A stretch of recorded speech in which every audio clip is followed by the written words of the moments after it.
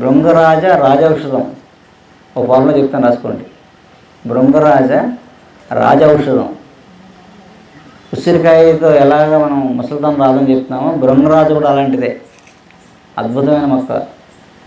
గుంట కలవరాకు రసం అంటే ఒక్క నీరు చుక్క కూడా వేయకుండా, వర్షాకాలం కాకండి, శీతాకాలంలో ఈ కార్తీక మాసం నుంచి వచ్చేది కార్తీక, మార్గశిర, పుష్య ఈ 3 మాసాల్లో ఉన్న గుంట కలవరాకు సేకరించుకోండి. దాన్ని రసం తీయండి, చిక్కగా వస్తే రసం. ఒక కప్పు రసం వచ్చిందనుకోండి, కప్పు రసం చిన్న బౌల్, చిన్న మూగుల్లో వేసి మరగబెట్టండి చిన్న మంట మీద.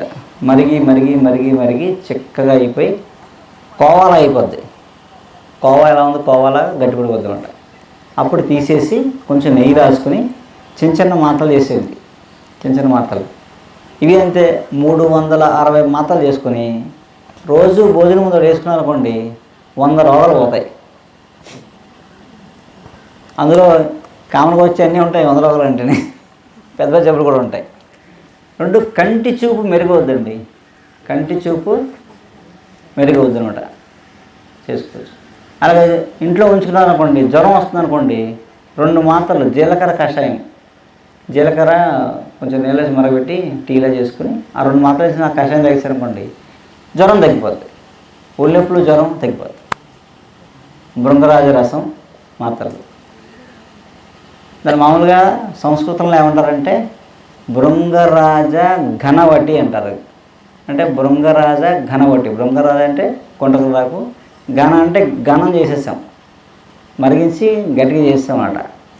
చేసి మాత్ర చేసాం. ఘనం అంటే గట్టిగా చేయడం, వటి అంటే మాత్ర. వటి అంటే అర్థం ఏంటంటే మాత్ర అన్నమాట.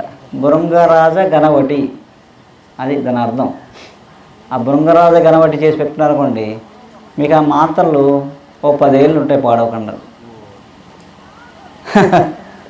ఏముంది, 4 కలిసి చేసుకున్నారనుకోండి, 4 కలిసి చేసుకున్నారనుకోండి, మీ 4 పంచుకోదు, నలుగురు మీరు 10 మంది పంచవచ్చు, అన్ని మాత్రలు అవుతాయి. మళ్ళీ వెళ్ళి ఏ కులికాలలో పేకండి, గుండ్రాలకు ఏ మురికాల పక్కన, ఏ రోడ్ల పక్కన, హైదరాబాద్ సిటీ పక్కన పేకండి. ఊరికి దూరంగా వెళ్ళి పొలాల్లో పేకండి. అంతే తప్ప ఇంట్లో ఉంది కదా, కాలం పక్కన ఉందని అనుకుంటే పని చేయదు. ఏది గుండ్రలాగా వేయచ్చు. ఇక్కడ నీరు ఉండాలి, వాటర్ ఉండాలి. దానికి వాటర్ లేకపోతే బతకదు. ఎక్కువ వాటర్ చెమ ఉండాలి. అందుకే ఏదైనా అరటి చెట్లు ఉన్నాయనుకోండి, ఆ కింద బాగా వస్తాయి. ఎందుకంటే అరటి చెట్లు నీరు ఎక్కువ లాగి స్టోర్ చేసుకుంటుంది. అలాంటి చోటు మీరు గుంటకరాగా వేస్తే బాగా ఫ్రెష్గా ఉంటుంది, మంచిది. ఏంటి టైఫాయిడ్ ఇంతకుముందు వ్యాక్సిన్ ఎక్కడ తగ్గలేదా అని చెప్పండి మన వాళ్ళకి. టైఫాయిడ్ రాలేదా ఇంతకుముందు, టైఫాయిడ్ తగ్గలేదా? ఇంట్లో గుమ్మం దాటకుండా టైఫాయిడ్ తగ్గించుకున్నాం. లంకనం పరమౌషధం అదేందా, నీళ్లు తాగుతూ ఉండిపోవడమే 1 వారం రోజులు, టైఫాయిడ్ అయితే దాని బాగోని తగ్గిపోతుంది. ఎందుకండి లంకనం పరమౌషధం అంటే ఉపవాసం వేరు, లంకనం వేరు. ఉపవాసం అంటే ఒకరోజు చేసేది, లంకనం అంటే తగ్గేదాకా చేసేది. లంకనం అంటే ఏం తీసుకోకూడదండి, ఓన్లీ వాటర్. ఓన్లీ వాటర్ తాగితే గంజి, అసలు అది కూడా తాగకూడదు. లంకనం అంటే అది వేస్తే బాడీ, చెప్పాను కదా డివైన్ ఎనర్జీ అని. లంకనం చేస్తే హాస్టల్ బాడీ యాక్టివేట్ అయ్యి నెమ్మదిగా తన పని చేసుకుంటూ ఉంటారు. చేసి ఈ బాడీని మళ్ళీ, ఈ బాడీలో ఆర్గాన్స్ అన్నింటినీ మళ్ళీ ఉత్తేజపరుస్తుంది అన్నమాట. పరిచి జబ్బు తగ్గిపోద్ది. ఏ జబ్బు అయినా మళ్ళీ జీవితంలో ఇంకా జబ్బు రాదు, ఆ జ్వరం రాదు. పూర్వం జ్వరాలకు అందరూ లంకనం చేసేవారు. చిన్న చిన్న జ్వరాలు అయితే ఏ కషాయం తాగేవారు, పోయి అయితే అగ్నితుడు మాత్రలు ఇంట్లో ఉండి వేసుకునేవారు, తగ్గిపోయేది. ట్యాక్సీ తోలుకుంటూ ఉండేవాడినండి. నాకు సైనస్ అనే కంప్లైంట్ ఏర్పడ్డది సార్. నాకు ముక్కులో గడ్డ కట్టేసిందండి. నాకు బాగా విపరీతంగానే ఊపిరి అందిది కదా సరిగ్గా. నాకు ముక్కుతో పీల్చుకునే గాలి నోటితో పీల్చుకునేవాడండి. పాలకొల్లు ఏంటి హాస్పిటల్కి వెళ్ళానండి. డాక్టర్ గారు నన్ను స్కాన్ చేశారండి. లోపల స్కాన్ పెట్టి చూశారు. స్కాన్ పెట్టుకోతే, అమ్మ నీకు ట్యాబ్లెట్ వల్ల తగ్గతింకిది, నువ్వు ఇమీడియట్గా రేపు నువ్వు అటెండ్ అయిపోవాలి, నాకు ఆపరేషన్ చేస్తాను, ఒక 40,000 తెచ్చుకోమన్నారండి నన్ను ఆపరేషన్కి. ఈ సైనస్ ఆపరేషన్కి 40,000 తెచ్చుకోమన్నారు డాక్టర్ గారండి. నేను నెల రోజులు కూడా ఏ పని చేయకూడదు, రెస్ట్ తీసుకోవాలి.